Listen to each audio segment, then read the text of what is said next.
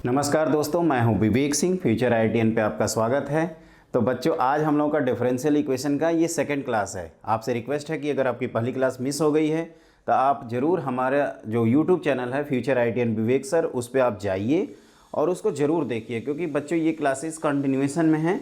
ऐसा हो सकता है कि आपको थोड़ी बहुत प्रॉब्लम इसमें हो, और अदरवाइज़ अगर आपको सीखना है तो बहुत अच्छी बात है। आगे बढ़ने से पहले आपसे रिक्वेस्ट है कि आप हमारे चैनल को ज़रूर सब्सक्राइब करिए और ज़्यादा से ज़्यादा दोस्तों से शेयर करिए, ताकि वो भी मैथ्स को एंजॉय कर सकें और उनको मैथ एक आसान सब्जेक्ट लग सके।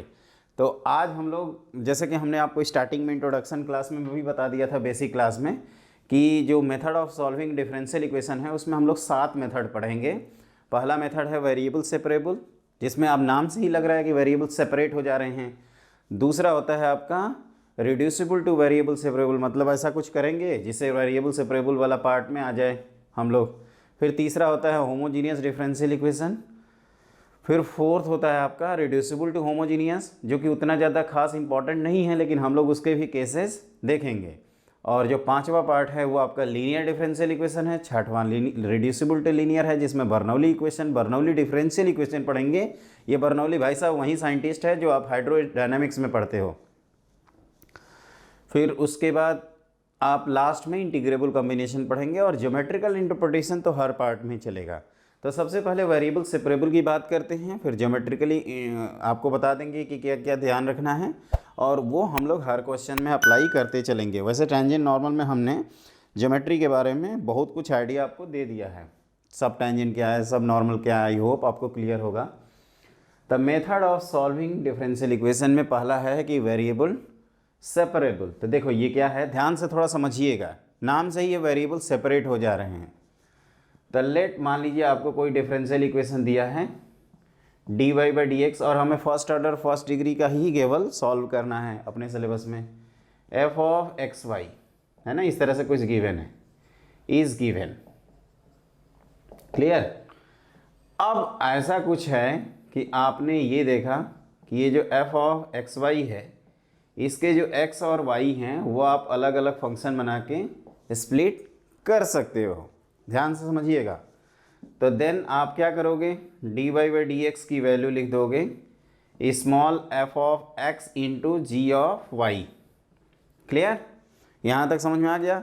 अब x की पार्टी एक जगह, y की पार्टी एक जगह, मतलब x के जो भी टर्म्स हैं उसको एक जगह कलेक्ट करेंगे, और y के जो भी टर्म्स हैं उसको दूसरी जगह कलेक्ट करते हैं। बिल्कुल सही सोचा आपने। अब कई कहेंगे क्यों करते हैं, वो इसलिए करते हैं ताकि आसानी से इंटीग्रेट हो जाए। तो ये हो जाएगा 1/जी of y into d y, this is equal to f of x, और ये डी एक्स।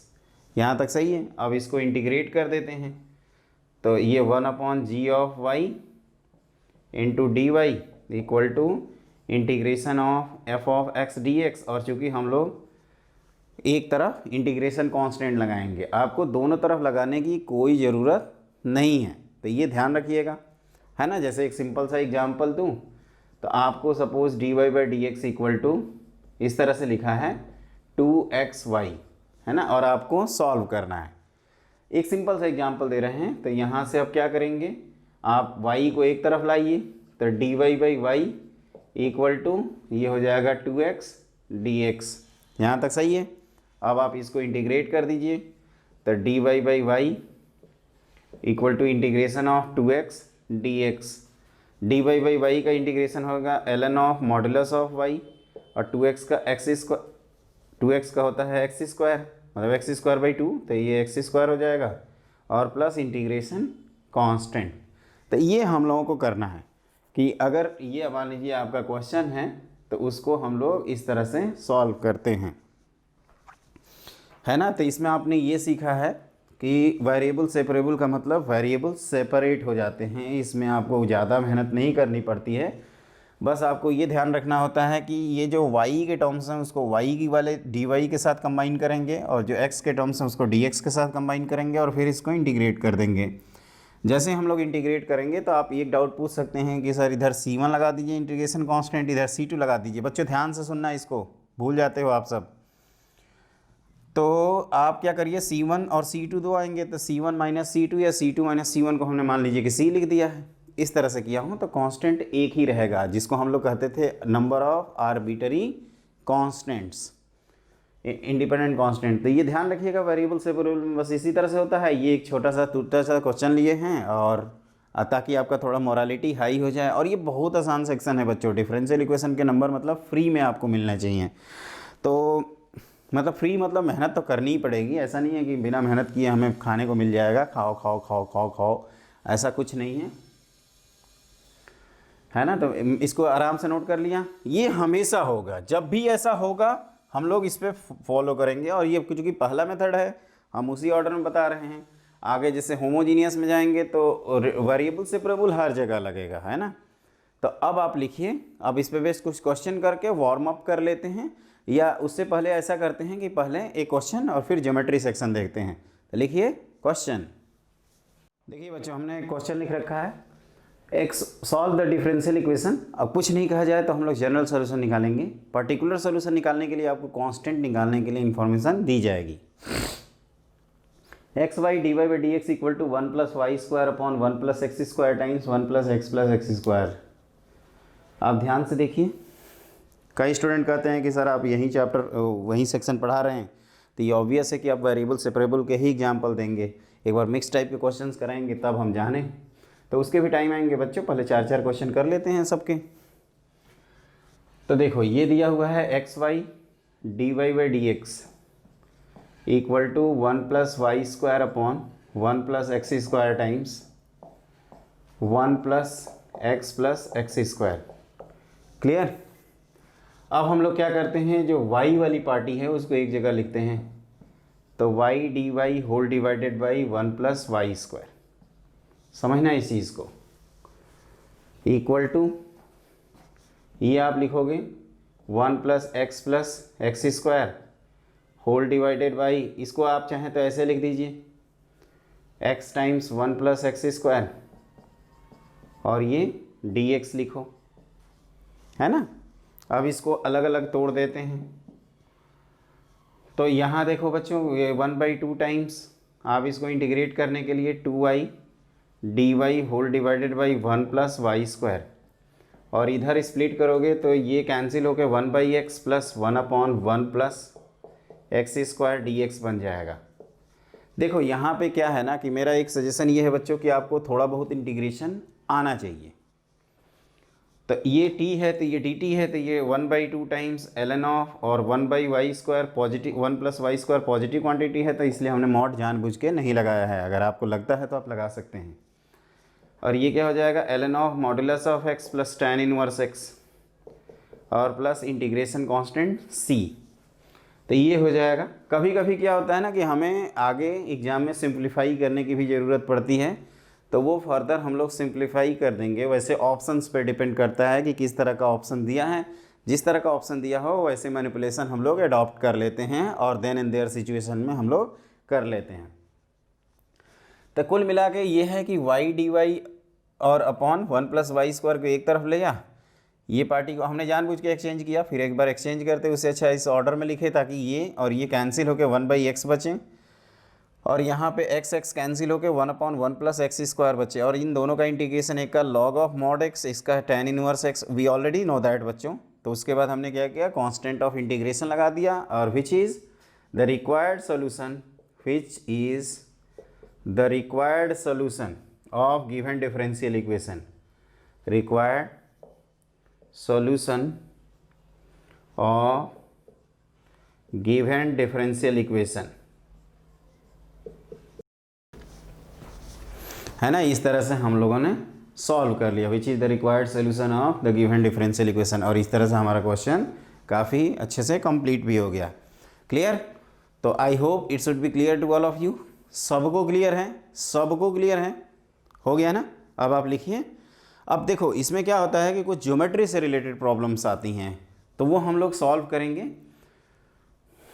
आप लिखिए नेक्स्ट पॉइंट। देखिए बच्चों, वैसे हमने टेंजेंट नॉर्मल में आपको बताया था, लेकिन एक बार फिर से बता देता हूँ कि जैसे ये एक सिंपल सा डायग्राम है ना, y = f(x) का, और आपको किसी पॉइंट पे टेंजेंट नॉर्मल की ज़रूरत पड़ेगी। तो ये है टेंजेंट, और इस तरह से हमने बना दिया नॉर्मल। है ना। ये आपका फुट ऑफ ऑर्डिनेट होता है, ये पी है आपका एच के। मैं एक एक करके एक्सप्लेन कर देता हूँ। एच के जानबूझ के लिया है। आप जब डिफरेंशियल कैलकुलस पढ़ रहे थे तो यहाँ x1 y1 हमने लिया था, उससे कोई मैटर नहीं करता। तो ये अपना कर्व है, ये वाला है ना। इस कर्व को थोड़ा ध्यान रखिएगा, जानबूझ के ये कर्व की तरह लगे, इसलिए हम ऐसे कर रहे हैं हाईलाइट, ताकि आपको दिखे ये। इसी कर्व पे हमने टेंजेंट बनाया है पी पॉइंट पे, और नॉर्मल बनाया है। टेंजेंट क्या होता है? तो टेंजेंट एक लिमिटिंग केस ऑफ सेकंड होता है, जहाँ पे दोनों पॉइंट कोइंसिडेंट कर जाते हैं, और इसको हम लोग डिफरेंशिएबिलिटी में बहुत अच्छे से पढ़ते हैं। वो चीज़ें ऑलरेडी डन हो चुकी हैं। ये इसको क्या कहते थे? के, है ना। ये है थीटा, और इसी का tan थीटा होता है slope of tangent which is F dash H, या आप ऐसे कह सकते हो कि dy by d x eight the point h comma के, या इसको ऐसे भी लिखा जाता है dy by d x eight the point p, या इसको ऐसे भी हम लोग लिख देते हैं F dash H eight the point p, है ना। कई तरीके से लिख सकते हो इसको, जो भी आसान पड़े। तो इसमें पहला पॉइंट होता है कि स्लोप ऑफ, ध्यान से देखिएगा, ये सब अच्छे से नोट कर लीजिएगा। Slope of tangent to the curve at any point, x comma y. तो ये क्या हो जाएगा? तो ये हो जाएगा is dy by d x, पहला पॉइंट है। दूसरा है इक्वेशन ऑफ टेंजेंट। क्या मैं लिख रहा हूँ? Equation of tangent at point P। ये सब फॉर्मेलिटी आप कर लीजिएगा। टेंजेंट एट P, तो क्या लिखोगे? y minus y one equal to m times x minus x1। ये टेंजेंट की इक्वेशन हो गया। नॉर्मल की equation, equation of normal at P, क्या लिखोगे? तो y minus y one equal to m, तो इसका negative reciprocal x minus x1। फिर हम लोगों ने क्या पढ़ा है कि जो ये चीज़ पढ़े थे कि सब टेंजेंट क्या होता है, एक बार लिख देता हूँ। सब टेंजेंट, लेंथ ऑफ सब टेंजेंट या सिंपली सब टेंजेंट, हमने आपको बताया था TM। सब नॉर्मल, तो ये होता है MN। फिर आपका लेंथ ऑफ टेंजेंट,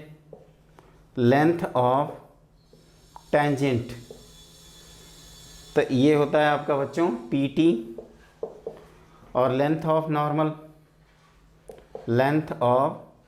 नॉर्मल, तो ये क्या लिखे थे हम लोग? PN। और रेडियस वेक्टर, ये सब लिखते जाओ, रेडियस वेक्टर ऑफ P, तो ये square root of h square plus k square. और एक चीज़ और हमने आपको याद करवाया था मेमोराइजेशन पॉइंट ऑफ व्यू से, हमने कहा था कि सब टेंजेंट, सब नॉर्मल, टेंजेंट नॉर्मल लिख लेना, याद होगा आपको। इसी तरह से हमने बनाया था, आप कॉपी देख सकते हैं। और मगने का तरीका ये है, मगने मतलब कि मेमोराइज करने का, कि आप हर जगह ये के लिख दीजिए, के, है ना। जैसे वहाँ y1 लिखवाया था, अभी जैसे h के लिखे हैं तो h कॉमा के की जगह k लिख दिया, क्योंकि ये इसी के रेफरेंस में ये कैलकुलेट कर लेंगे, ये कैलकुलेट कर लेंगे, ये कैलकुलेट कर लोगे। ये टेंजेंट नॉर्मल के बीच का एंगल 90, तो ये कितना हो जाएगा? Pi by 2 minus theta. वैसे ही इस डायग्राम से आप हमेशा याद कर सकते हैं। तो सब टेंजेंट में t आया है, तो यहाँ हमने कॉट लगा दिया, यहाँ tan लगा दिया। अब कॉट का भाई कौन होता है? कोसेक, और tan का सेक। तो इस तरह से हमने आपसे कहा था। और जहाँ पे tan थीटा क्या है? तो dy बाई डी एक्स है। तो इस तरह से आप सोच सकते हैं। अगर मान लीजिए आपको ये दिक्कत होती है तो आप आराम से डिराइव कर सकते हो। देख ही रहे हो, एक बार k को इस TM को, मतलब परपेंडिकुलर को, बेस को इसके tan से रिलेट कर सकते हैं। एक बार परपेंडिकुलर हाइपोटेन्यूस के इसके साइन से रिलेट कर सकते हैं। एक बार परपेंडिकुलर और इस एंगल को इसके tan से रिलेट कर सकते हैं। एक बार परपेंडिकुलर और हाइपोटेन्यूस को इसके साइन से, ये कॉम्प्लीमेंट्री है तो वो कॉस बनता है। तो इसी बात को आपको हमेशा ध्यान रखना है ना। तो ये डायग्राम बहुत यूजफुल है बच्चों। अब हमें सिखाइए, अगर स्लोप ऑफ टेंजेंट किसी भी पॉइंट x, y पे कहेगा तो आप क्या लिखोगे? पता ना सर, क्या लिखेंगे, हमें पता ही नहीं है। अबे कैसे पता नहीं है भाई? अभी तो चिल्ला चिल्ला के मैं बता रहा हूँ कि dy बाई डी एक्स होता है। क्या लिखोगे बताओ क्या लिखोगे? तो dy बाई डी एक्स, बिल्कुल सही। फिर टेंजेंट की, अच्छा ये एक चीज़ समझ में, जैसे आप ये सोच सकते हो कि ये एच के क्यों, ये एच के कौन सा बिन बुलाए मेहमान क्यों आया है। तो बिन बुलाए मेहमान नहीं आया है बच्चों। एक्चुअली क्या है ना, हम जो इक्वेशन लिख रहे हैं उसमें भी एक्स कॉमा वाई है, और जो पॉइंट है अगर उसको भी एक्स वाई ले लेंगे तो कन्फ्यूजन हो जाएगा। तो कई सारे बुक्स में क्या करता है कि स्मॉल एक्स वाई लेता है, कैपिटल एक्स वाई में रिलेशन लिखता है। हम एच के ले रहे हैं क्योंकि हमें एच के यूजर फ्रेंडली होता है, कोऑर्डिनेट ज्योमेट्री में लोकस के लिए वैसे ही बहुत ज़्यादा यूज़ करते हैं कि let the moving point, locus मतलब बिंदु पथ, बिंदु का पथ, जैसे अग्निपथ होता है ना, राजपथ होता है, अग्निपथ होता है, उसी तरह से बिंदु पथ है। तो अब राजपथ दिल्ली में है, आपको पता होगा। अब वो राजपथ मतलब राजाओं का पथ नहीं है, कोई भी पब्लिक चलती है उस पर, अपने बापू ने बनाया था भाई, देखो। तो हमने कहा कि और टेंजेंट का स्लोप लिख लोगे तो नॉर्मल का कैसे लिखोगे भैया। तो कहोगे कि नॉर्मल का स्लोप होगा टेंजेंट के स्लोप का नेगेटिव रेसिप्रोकल, मतलब d y by d x कह रहे हैं टेंजेंट का स्लोप, तो नॉर्मल का स्लोप हो जाएगा minus d x by d y. बिल्कुल सही जा रहे हो आप, टेंजेंट लिखो, नॉर्मल लिखो। ये कैसे लिखा भैया, कहोगे यार इसमें कौन सी बड़ी बात है, पॉइंट पता हो, स्लोप पता हो, स्लोप तो पता ही है, तो पॉइंट पता है, एच कॉमा के इक्वेशन नहीं लिख लेंगे। अब इसका एक्स इंटरसेप्ट कहेगा तो वाई जीरो करके एक्स की वैल्यू निकाल लेंगे, इसका वाई इंटरसेप्ट कहेगा तो एक्स की वैल्यू जीरो करके वाई का वैल्यू निकाल लेंगे। अब इसी को कई लोग मगते हैं, क्या मगना है भाई, उसी तरह से सेम हियर, समझे, क्या समझे, समझ गए ना। क्वेश्चन कराऊं पक्का। तो ये सब पहले अच्छे से एकदम कॉपी पे ढिंचक एकदम नोट कर लो, झक्कास टाइप का, फिर आगे बढ़ते हैं, है ना। अच्छे से नोट कर लो, भूलना मत। सब टेंजेंट मतलब पीटी का एक्स एक्सिस पे प्रोजेक्शन, उसी को कहते हैं सब टेंजेंट। पीएन का एक्स एक्सिस पे प्रोजेक्शन को कहते हैं सब नॉर्मल। ये लेंथ वाले टर्म्स हैं, तो अगर कहीं नेगेटिव आए तो मॉड लगा देंगे, दिए हों तो मॉड लगा के आंसर करेंगे। क्या कहा, अगर नेगेटिव आए तो मॉड लगा देंगे, और अगर कभी गिवन हो तो क्वेश्चन सॉल्व करते समय मॉड लगा के सॉल्व हो गया करेंगे। फिर ये टेंजेंट का प्रोजेक्शन, ये नॉर्मल का प्रोजेक्शन, उसी को सब टेंजेंट सब नॉर्मल कहा जाता है। ये रेडियस वेक्टर हुआ कहा है बे, तो कहोगे कि सर ओरिजिन से उस पॉइंट को ज्वाइन करोगे ना, तो जो लेंथ मिलती है उसी को कहते हैं radius vector of the point P. इस भाई साहब का क्या नाम है, एम का क्या नाम है, foot of ordinate. Foot of ordinate कैसे ऑब्टेन करोगे, तो कहोगे कि किसी भी सर का पॉइंट दिया होगा एक्स कॉमा वाई, तो उसको एक्स एक्सिस पर प्रोजेक्ट कर देंगे, और जो फुट ऑफ परपेंडिकुलर आएगा उसी को कहेंगे फुट ऑफ ऑर्डिनेट। तो फुट ऑफ आप सीसा बता दो बेटा, तो कहोगे कि यही चीज़ वाई एक्सिस पे करेंगे। यार इतनी छोटी सी चीज़ आप पूछ रहे हो, है ना। तो ये बहुत अच्छी चीज़ है कि आपको याद हो गया और हमारे साथ याद हो गया। कभी भी भूल भाल गए एग्जाम हॉल में तो ये डायग्राम को याद कर लीजिएगा, आपका नैया पार हो जाएगी, है ना। अब आप लिखिए अगला क्वेश्चन। देखो बच्चों, हमने अगला क्वेश्चन बोर्ड पे लिख रखा है। If the curve passing through the point 2,7/2, ये क्यों दिया है, ताकि हम कांस्टेंट ऑफ इंटीग्रेशन की वैल्यू निकाल सकें। एंड हाई स्लोप 1 - x स्क्वायर at any point x, y on it, मतलब dy by dx दिया है। Then the ordinate of the point on the curve which abscissa is -2 is given by. चलिए आराम से स्टार्ट करते हैं। तो आपको क्या गिवन है, अब अभी जैसे हमने बताया है कि स्लोप गिवन है, मतलब dy by dx गिवन है 1 - 1/x स्क्वायर, और ये वेरिएबल सेपरेबल का क्वेश्चन है ना। तो dy की वैल्यू हो जाएगी 1 - 1/x स्क्वायर टाइम्स dx, इसको इंटीग्रेट कर देते हैं तो ये dy, इधर 1 - 1/x स्क्वायर dx, है ना। वो जो मैंने बताया था वो हर जगह के लिए है, आप उसके लिए निश्चिंत रहना। तो फिर इसका इंटीग्रेशन क्या होगा y, और इसका x + 1/x plus integration constant c।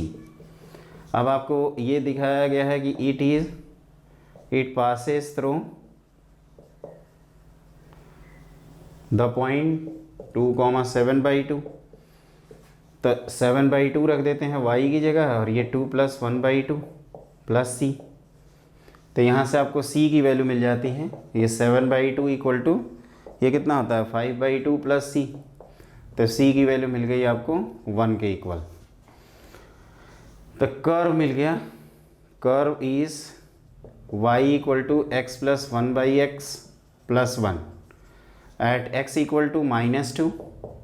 y देखते हैं कितना आता है, तो -2 - 1/2 + 1 which is equal to -1 which is -3/2। तो आंसर हो जाएगा सी ऑप्शन। मतलब आपको क्या करना है ना, सिंपली पेशेंस मार के क्वेश्चन सॉल्व करना है और कोई भी गड़बड़ नहीं करनी है अपनी तरफ से। आप इत्मीनान से पेशेंस रखिए बच्चों। और जैसा कि मैंने बताया था कि वेरिएबल सेपरेबल का क्वेश्चन है तो आपको बेसिक इंटीग्रेशन आता ही है।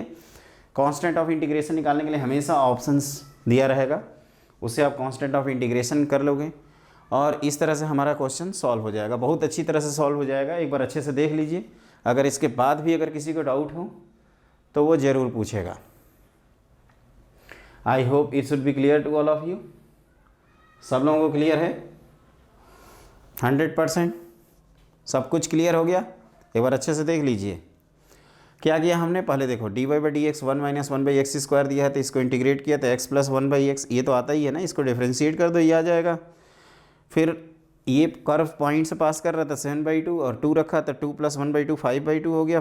7/2 में से घटाया तो 2/2 मतलब 1, c की वैल्यू 1 आ गई, 1 पुट कर दिया, कर्व की इक्वेशन मिल गई। और x = -2 पे y की वैल्यू ऑर्डिनेट, मतलब अब सी x, y में y को ऑर्डिनेट बोलते हैं और अब सीसा को x कहते हैं। तो -2 जब रखे तो -2 - 1/2 तो ये हो गया -5/2 + 1 -3/2। वैसे अगर आप 1 को छोड़ देंगे तो बकरा पहले ही ऑप्शन में इन्होंने जाल फेंक रखा है ताकि मुर्गे हलाल हों। वैसे भी आजकल बर्ड फ्लू आया हुआ है तो मैं रिक्वेस्ट करूंगा कि कुछ दिन के लिए अपने जीवन पे, जो कहते हैं ना, पेट पे कंट्रोल रखें और खाइए पीजिए मत, थोड़ा सा आराम से रहिए। बाद में जब देखा जाएगा उसके बाद किया जाएगा कुछ भी। पहले सिलेक्शन, उसके बाद कोई बात होगी, है ना। तो आप, ये हो गया हमारा तरफ से, मैंने अपनी तरफ से पूरी कोशिश की है। अगर आपको समझ में नहीं आया तो एक बार और समझ लीजिए। और वैसे जो मैंने रिजल्ट लिखवाया था टेंजेंट नॉर्मल का, वो जनरल रिजल्ट था, वो कहीं भी अप्लाई कर सकते हैं, है ना। अब आप लिखिए नेक्स्ट पॉइंट। तो देखिए बच्चों, अगला हम लोग क्वेश्चन सॉल्व कर रहे हैं। Solve the differential equation dy/dx = x - 3 y + 1 ⁴ 2/3। Clear? तो स्टार्ट करते हैं। जैसा कि ये भी प्रोडक्ट फॉर्म में ऑलरेडी दिया हुआ है तो वेरिएबल सेपरेबल है। तो dy/dx = ये है x - 3 y + 1 ⁴ 2/3। तो ये y वाले टर्म को इधर लाते हैं तो dy/y + 1 ⁴ 2/3 = x - 3 × dx। यहाँ तक सही है। इंटीग्रेट कर दिया जाए, आप चाहें तो यहीं कर सकते हैं इंटीग्रेट। तो ये कितना हो जाएगा, -2/3 है तो 1/3, तो y + 1 -2/3 है ना, तो 1/3 और यहाँ 3 = x - 3 का whole square by 2 plus constant of integration c1। यहाँ तक समझ में आ रहा है? तो देखो बच्चों, अब यहाँ से क्या होगा कि आप चाहें तो y की वैल्यू निकाल सकते हैं।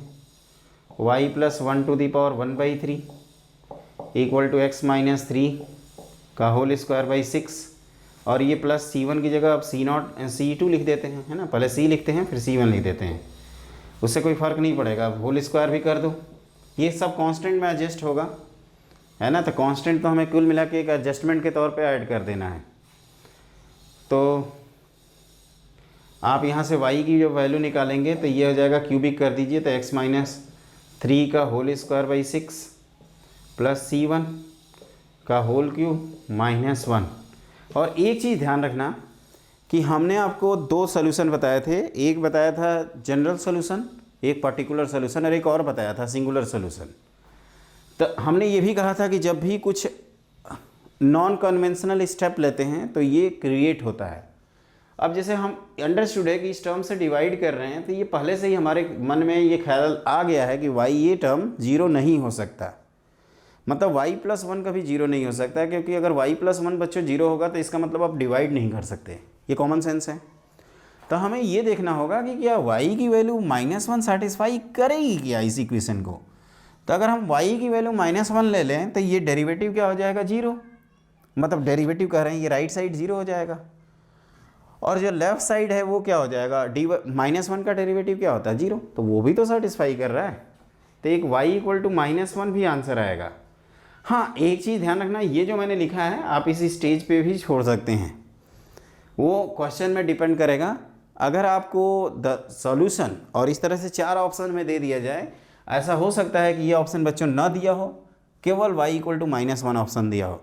हम लोगों की आदत होती है कि बोर्ड में क्या होता है ना कि एनसीईआरटी में यहीं तक जाके और स्टॉप मार देते हैं, लेकिन आपका जेईई में जे एडवांस में क्या है, ये नई चीज़ है ना। तो ये आप ध्यान रखिएगा कि ये भाई साहब कहाँ से पैदा हो गए।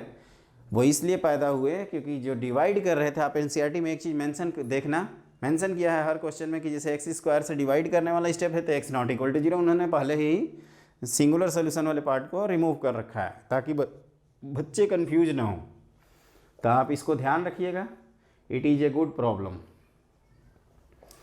ये गुड प्रॉब्लम बस और बस ये है कि सिंगुलर सोल्यूशन जो हमने समझाया उसके लिए है, वो आपको हर क्वेश्चन में वैसे अलर्ट रहना है। लेकिन अब हम लोग मेनली जो नॉर्मल क्वेश्चंस होते हैं, जो नॉर्मल सॉल्यूशंस होते हैं, उन पे फोकस करेंगे, है ना। इसी बात पे अब हम लोग करते हैं अपना नेक्स्ट क्वेश्चन। देखो बच्चों, जो अगला क्वेश्चन है वो आपका रिड्यूसिबल टू वेरिएबल सेपरेबल है। आप चाहें तो हेडिंग लिख सकते हैं, reducible two variable separable, reducible two variable separable, है ना। ये बिना क्वेश्चन का समझ में नहीं आएगा, आप जब आप रियलाइज़ करोगे ना तो समझ में आएगा। तो इसमें मोस्टली एक फॉर्मेट होता है, dy बाई डी एक्स की वैल्यू दी रहती है ax plus b y plus c type का। कभी कभी जब ये सेपरेट हो जाता है तो वेरिएबल सेपरेबल कहते हैं, और नहीं सेपरेट होता है तो बस आपको चुपचाप क्या करना है, ऐसे क्वेश्चंस में ax plus b y plus c को एक नया वेरिएबल t मान लेना है। जैसे यहाँ पे अगर हम ब्रेक करें तो ये x और y कभी भी अलग नहीं हो सकते। क्या मैंने बोला कि अगर हम ब्रेक करें तो x और y अलग नहीं हो सकते, और x प्लस वाई यहाँ पर भी x प्लस वाई है। तो हम लोग क्या करें, अब देखो ये कॉस है, ये साइन है, समझे। तो क्या करेंगे ऐसे केसेस में, अब जैसे कई स्टूडेंट कहते हैं कि सर एक काम करिए कि इसको कॉस में लिख के कॉस सी माइनस कॉस डी, या इसको साइन में लिख के साइन सी माइनस साइन डी करिए, तो वो और कॉम्प्लिकेशंस होगा और प्रॉब्लम क्रिएट करेगा। आप चाहें तो कर सकते हैं वो। तो ऐसे क्वेश्चंस में हमें क्या करना चाहिए बच्चों कि x प्लस वाई को हमें क्या करना चाहिए, t मान लेना चाहिए। अब चूंकि हमारी आदत है x और y में सॉल्व करने की, तो अब हम x और t में सॉल्व करेंगे या y और t में सॉल्व करेंगे। तो इसको डिफ्रेंशिएट कर देते हैं विथ रिस्पेक्ट टू x, तो क्योंकि आपको dy बाई डी एक्स को भी रिप्लेस करना है। तो आपको क्या गिवन है, आप यहीं से सीधे सीधे देखिए, हम दोबारा नहीं लिख रहे हैं। तो ये dt बाई डी एक्स -1 आ गया, dy बाई डी एक्स की वैल्यू। आप चाहें तो यहाँ से लिख सकते हो ना, dy बाई डी एक्स की वैल्यू क्या हो गई, dt बाई डी एक्स -1। ये कभी भी लिख के नहीं आता है कि वेरिएबल से रिड्यूसिबल टू वेरिएबल सेपरेबल से आप क्वेश्चन सॉल्व करो। And this is cos of t minus sine of t। अब देखो ये वेरिएबल सेपरेबल में कन्वर्ट हो गया, कैसे। तो dt बाई डी एक्स की वैल्यू आपने लिखा 1 plus cos t minus sine t. यहाँ तक सही है। अब ये हो गया आपका सॉल्व। तो dt अपॉन इसको क्या लिखेंगे, 1 plus cos t minus sine t equal to d x. अब इसको हमें इंटीग्रेट करना है। तो एक तो था कि हम लोग हाफ एंगल फार्मूला लगाते हैं, और उससे भी ज़्यादा ज़रूरी होता था कि इसको हाफ उस तरह से भी लिख सकते हैं, डी टी अपॉन क्या लिखेंगे, तो 2 cos square t by 2 minus 2 sine t by 2 cos t by 2 equal to इधर डी एक्स। अब देखो ये कॉस स्क्वायर को ऊपर लेकर चले जाएं, इनफैक्ट 2 को भी, तो ये 1/2 times sec square t by 2 d t, और यहाँ पे 1 minus tan of t by 2 बन जाएगा, इक्वल टू ये x प्लस सी तो लिख ही देते हैं, और इसी का ये डिफ्रेंसीसन है। अगर इस पूरे को t माने तो ये माइनस टाइम्स है, तो इसको लिख सकते हैं minus times ln of modulus of 1 minus t की जगह लिखा जा सकता है x plus y whole divided by 2 equal to x plus c. एक स्टेप हमने छोड़ दिया है बच्चों, आपको अगर दिक्कत होती है तो आप 1 minus tan of t by 2 को आप u मान लीजिए, और उसके थ्रू आप बढ़िए तो एक नेगेटिव साइन आएगा। एक बार आंसर मैं चेक कर लेता हूँ कि आंसर हमने बिल्कुल वैसे सही लिखा है ना। तो इस तरह से आपको हमेशा मूव ऑन करना है। क्या किया हमने, तो आप कहोगे कि सर इस तरह से जब भी दिखेगा तो x प्लस वाई को हम क्या करेंगे, टी पुट कर देंगे। आज का question mainly reducible two variable separable और वेरिएबल सेपरेबल पे ही है। क्लास छोटी हो बड़ी हो उससे कोई फ़र्क नहीं पड़ता बच्चों, हम इन्हीं दोनों टॉपिक पे फोकस करेंगे, मिक्सअप नहीं करेंगे, है ना। तो एक बार अच्छे से देख लीजिए, सब कुछ मेरे ख्याल से क्लियर होगा।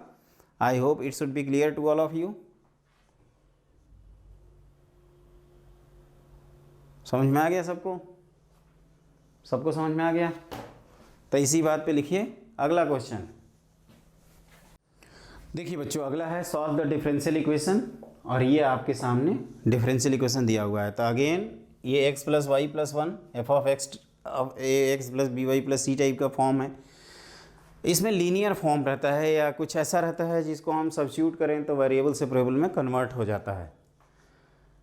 तो यहाँ पे क्या करेंगे बच्चों, देखो dy बाई dx की वैल्यू दी हुई है x plus y plus one का होल स्क्वायर, है ना।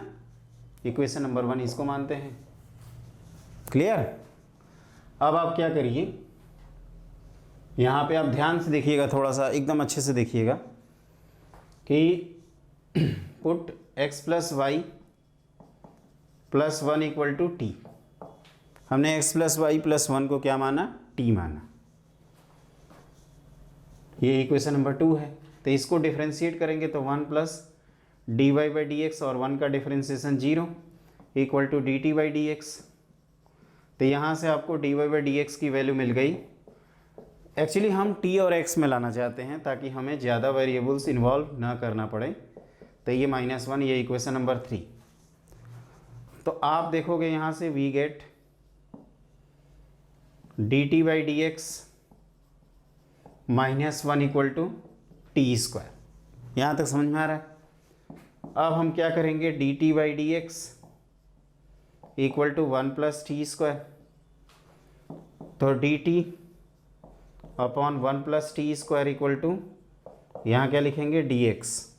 अब इसको इंटीग्रेट कर देते हैं तो 1 upon 1 plus t square d t equal to d x. तो ये क्या हो जाएगा बच्चों, tan inverse t equal to x plus c. और tan इनवर्स t की जगह क्या लिखोगे, तो tan inverse x plus y plus one, क्योंकि आपको एक्स वाई में आंसर करना था। तो आप यहाँ से इस स्टेप पे भी छोड़ सकते हैं और ऐसे भी लिख सकते हैं x plus y plus one equal to tan of x plus c which is the required solution of the given differential equation. एक बार अच्छे से देख लीजिए इसको। मेरे ख्याल से आपको समझ में आ गया होगा, थोड़ा थोड़ा कॉन्फिडेंस लग रहा होगा कि क्या करना है। कॉन्फिडेंस जैसे x plus y plus one की वैल्यू का होल स्क्वायर है तो क्या करेंगे, x plus y plus one को t मान लेंगे। अगर इनफैक्ट यहाँ पे अगर क्यूब भी रहता ना तो मान लेते, अगर लीनियर पार्ट भी रहता तो मान लेते हैं। ये ध्यान रखेंगे। कभी कभी क्या होता है ना कि एक ही डिफरेंशियल इक्वेशन हमारे 2-3 टाइप में कन्वर्ट होता है। जैसे हमने 7 बोला था, तो एट मोमेंट आप लीनियर से भी कर सकते हैं, वेरिएबल सेपरेबल से भी कर सकते हैं, रिड्यूसिबल टू वेरिएबल सेपरेबल से भी कर सकते हैं। तो इस तरह के सिचुएशंस क्रिएट होंगे तो उसमें कोई दिक्कत नहीं है। अगर हम एक से ज़्यादा मेथड से करें तो ये हमारे लिए प्लस पॉइंट होना चाहिए, ना कि माइनस पॉइंट। हो गया ये। अब हम लोग कुछ क्वेश्चन आपके कॉम्पिटिटिव एग्जाम के करते हैं और फिर इसको वाइंड अप करते हैं। तो लिखिए नेक्स्ट क्वेश्चन। देखिए बच्चों, अगला क्वेश्चन हमने बोर्ड पे लिख रखा है, d y by d x equal to y plus 3 y greater than 0 y of 0 equal to 2 then y of ln2 की वैल्यू बतानी है। तो सिंस आप ध्यान से देखो, ये d y by d x equal to y plus 3 है, इस तरह से लिखा हुआ था एक्चुअली। तो यहाँ से अंडरस्टूड है कि d y by d x इसको वेरिएबल सेपरेबल से कर सकते हैं ना। कैसे कहोगे कि सर ये पूरा पूरा इधर चला जाएगा, तो d y upon y plus 3 equal to d x integrate कर देते हैं इसी स्टेप में। तो ln ऑफ वाई प्लस 3, चूँकि ये पॉजिटिव है तो मॉड को नहीं लगाया हमने, एक्स प्लस सी इक्वेशन नंबर 1। यहाँ से हम लोग क्या करेंगे, अपना कांस्टेंट ऑफ इंटीग्रेशन निकाल लेंगे। तो put x equal to 0 y equal to 2। Y of y not equal to 2 देने का मतलब होता है कि एट x इक्वल टू 0 ये x की वैल्यू होती है। ऐसे क्वेश्चन में क्या होता है, y of x is a function, तो ये x की वैल्यू होती है और ये y की वैल्यू है। इसको थोड़ा रिलेट करना आना चाहिए आपको। तो ln ऑफ क्या लिखोगे, 2 + 3 5 = C। तो यहाँ से आपको मिल जाएगा ln of y + 3 = x + ln 5। अब आप क्या पूछ रहे हो, तो एट x = ln 2, तो ln ऑफ y + 3 = यहाँ ln 2 रखो, फिर यहाँ ln 5। अब क्या है, लॉग की कुछ प्रॉपर्टीज़ हैं, जैसे जब बेस सेम हो तो एडिशन हो जाता है, तो ये मल्टीप्लिकेशन, तो ये 10, तो यहाँ से y + 3 की वैल्यू क्या हो जाएगी 10, क्योंकि log 1 फंक्शन होता है। तो अगर ये दोनों वैल्यू सेम है वो तभी हो सकती है जब y + 3 की वैल्यू 10 के इक्वल हो जाए। तो यहाँ से y की वैल्यू क्या आ जाएगी 7 के equal, which is option number 3।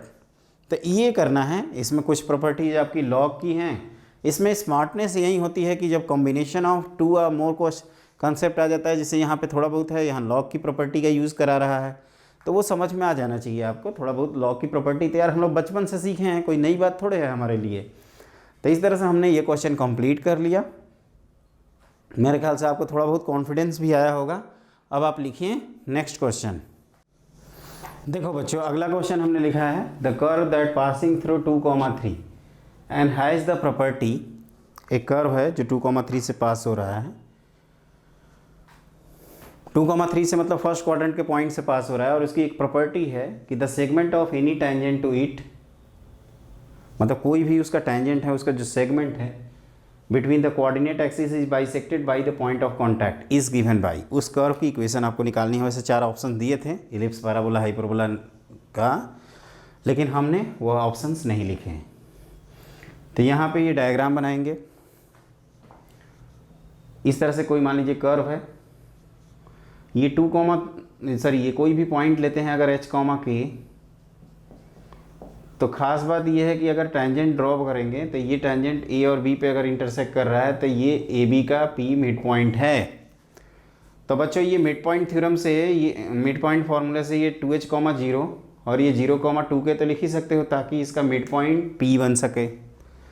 अब हमें क्या करना है कि एक तो तरीका होता है कि टेंजेंट की इक्वेशन लिखिए और फिर आप x कोऑर्डिनेट निकालिए, y कोऑर्डिनेट निकालिए, फिर मिड पॉइंट या तो x या सीसा या ऑर्डिनेट को इक्वल कर लीजिए। या दूसरे तरीके से हम लोग क्या कर सकते हैं यहाँ पे डील, कि स्लोप ऑफ AB निकालना हो तो स्लोप ऑफ AB को हम लोग 2 फॉर्म में लिख सकते हैं। एक तो टेंजेंट के पॉइंट ऑफ व्यू से, और दूसरा स्ट्रेट लाइन के पॉइंट ऑफ व्यू से, 0 - 2k, क्योंकि हमें तो यहाँ से रिलेशन ही निकालना है। तो यहाँ से आ जाएगा -k/h, सॉरी यहाँ पे h होगा बच्चों। तो अब डिफरेंशियल इक्वेशन बनाने के लिए क्या करेंगे, इसको dy/dx = -y/x कर देंगे। This is differential equation of the curve, differential equation of the given curve. अब इसको सॉल्व करना है, तो ये तो हमारे बाएं हाथ का खेल है।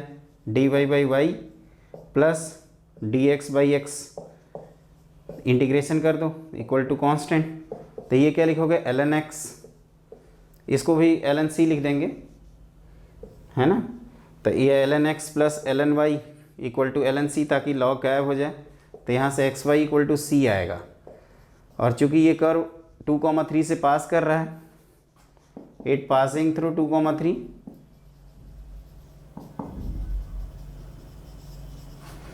तो आप कहोगे कि सर इसको सेटिस्फाई करा दो, तो 2 × 3 = c आ जाएगा। तो c की वैल्यू 6 आ जाएगी। तो hence the curve is xy = 6, rectangular hyperbola,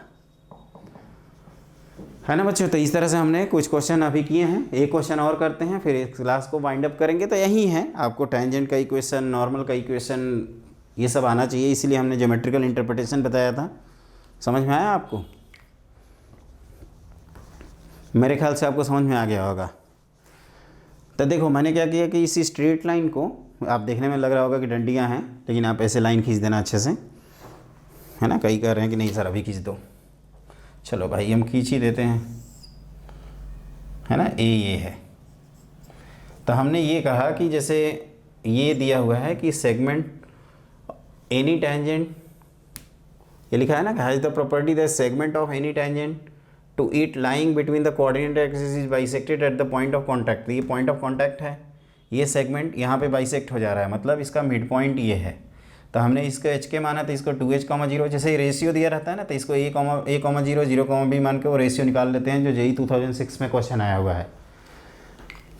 और इसी स्लोप को दो तरीके से लिख देते हैं, एक slope joining y2 - y1 upon x2 - x1 वाले लॉजिक से, और कहोगे कि सर टैंजेंट है तो टैंजेंट का स्लोप dy/dx होता है। यार कौन सी बड़ी बात है, ये तो हम बचपन से जानते हैं।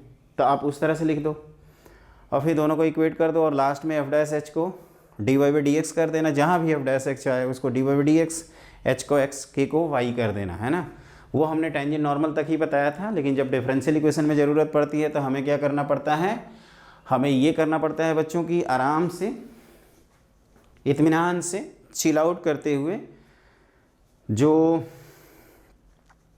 h है उसको x और k को y और f' को dy/dx करना पड़ता है। तो ये हमारा क्वेश्चन सॉल्व हो गया। अब इसी बात पे लिखते हैं अपना नेक्स्ट क्वेश्चन। तो बच्चों ये आज की क्लास का लास्ट क्वेश्चन है। If 2 + sin x dy/dx + y + 1 cos x = 0 and y of 0 = 1, then y of π/2। y of x के बारे में मैंने अभी आज की क्लास में आपको बताया है। तो देखिए यहाँ पे क्या है कि 2 + sin x टाइम्स dy/dx, इन भाई साहब को अगर इधर ले चलते हैं तो y + 1 टाइम्स cos x हो जाता है। तब आपको एहसास होगा कि सर ये तो वेरिएबल सेपरेबल का है। तो dy/y + 1 कर दोगे plus cos x upon 2 + sin x dx = 0, ऐसे लिख सकते हैं। इसको इंटीग्रेट भी कर सकते हैं, ये लॉग में आएंगे। तो ln of y + 1 plus ln of 2 + sin x = ln c, ताकि अगेन हम लोग कांस्टेंट ऑफ इंटीग्रेशन को उड़ा सकें। तो यहाँ से y + 1 टाइम्स 2 + sin x की वैल्यू एक कांस्टेंट आती है, और उस कांस्टेंट को कैसे निकालेंगे, तो चूंकि x = 0 पर y की वैल्यू 1 दिया है, तो पुट x = 0 y = 1, तो ये हो जाएगा 2, ये भी 2 = c। तो c की वैल्यू मिल जाएगी 4। तो कर मिल जाएगा इज y + 1 × 2 + sin x = 4। अब ये कुछ पूछ रहा है, पूछ ये रहा है बच्चों कि अगर x की वैल्यू π/2 हो गई तो y कितना होगा। तो पुट x = π/2। तो देखो ध्यान से, ये 2 प्लस कितना होगा, अब यहीं पे मैं सॉल्व कर देता हूँ। तो ये y + 1 टाइम्स 3, क्योंकि π/2 रखोगे तो ये 2 + 1, 2 + 1 कितना होगा बे, 3, बिल्कुल सही। तो y की वैल्यू हो जाएगी 4/3 - 1 विच इज 1/3। अब ये ऑप्शन कौन सा है भाई, तो ऑप्शन है सेकंड ऑप्शन। तो बच्चों इस तरह से आप हैप्पी रहना, स्वस्थ रहना, मस्त रहना, पढ़ाई में व्यस्त रहना और जेई की तैयारी करना। हम अगली क्लास में हम सोच रहे हैं कि अगली क्लास से पहले एक इंटरेक्शन क्लास ले लेंगे, 1-2 दिन में लेने वाले हैं, जिसमें आपको easy topic, medium topic, tough topic बता देंगे, जिससे आप 80% स्कोर, मिनिमम 80% स्कोर तो हर हाल में कर लोगे यार। और उसके बाद थोड़ा सा स्पीड अप करेंगे अपने आप को। एक बार अच्छे से देख लो, सब कुछ अच्छे से देख लो, है कि नहीं। और इस तरह से आप मतलब एकदम बहुत बढ़िया से देखिए, इत्मीनान से देखिए, हर चीज़ देखिए, है कि नहीं। और मैं कहूँगा आप हैप्पी रहिए, स्वस्थ रहिए, पढ़ाई में व्यस्त रहिए,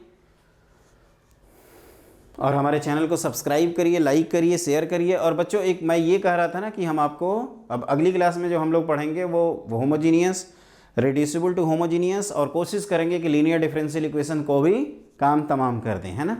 तो आज की क्लास के लिए बस इतना ही। ये बहुत इंपॉर्टेंट था क्योंकि मैं देखा हूँ कि जेईई मेन में सबसे ज़्यादा क्वेश्चन इसके आते हैं, वेरिएबल सेपरेबल के सबसे ज़्यादा आते हैं। लीनियर होमोजीनियस तो है ही, लेकिन वेरिएबल सेपरेबल भी है। तो इसको अच्छे से मिलते हैं जल्दी। Have a great day.